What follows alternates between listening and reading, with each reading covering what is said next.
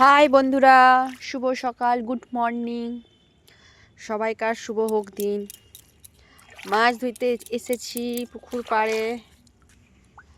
জায়গাটা কেমন লেগেছে বলুন কমেন্টে সবাই।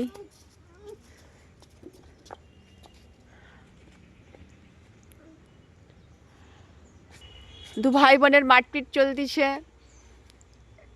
মারপিট করবি না। মাছ ধোয়া হয়ে গেছে, এবার বাড়ির পথে রওনা হতে হবে। সুন্দর মনোরম পরিবেশ, শান্ত পরিবেশ। বিল্লি ওখানে দাঁড়িয়েছে। চলো বাড়ির দিকে ঘরের পথে যাওয়া হচ্ছে। চলো। পুচকু পিছন ছাড়ছে না।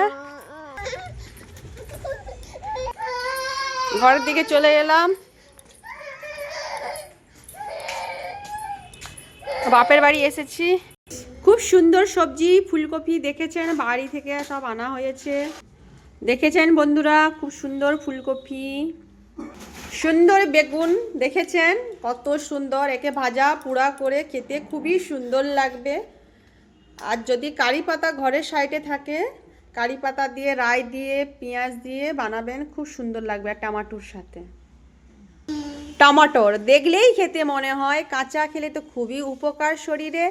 স্যালাড অবশ্যই খাবে রোজ।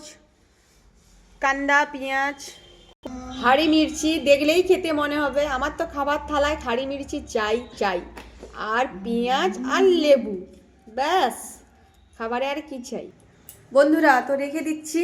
ভালো থাকুন, সুস্থ থাকুন, সবাই শরীরে ধ্যান দিবেন।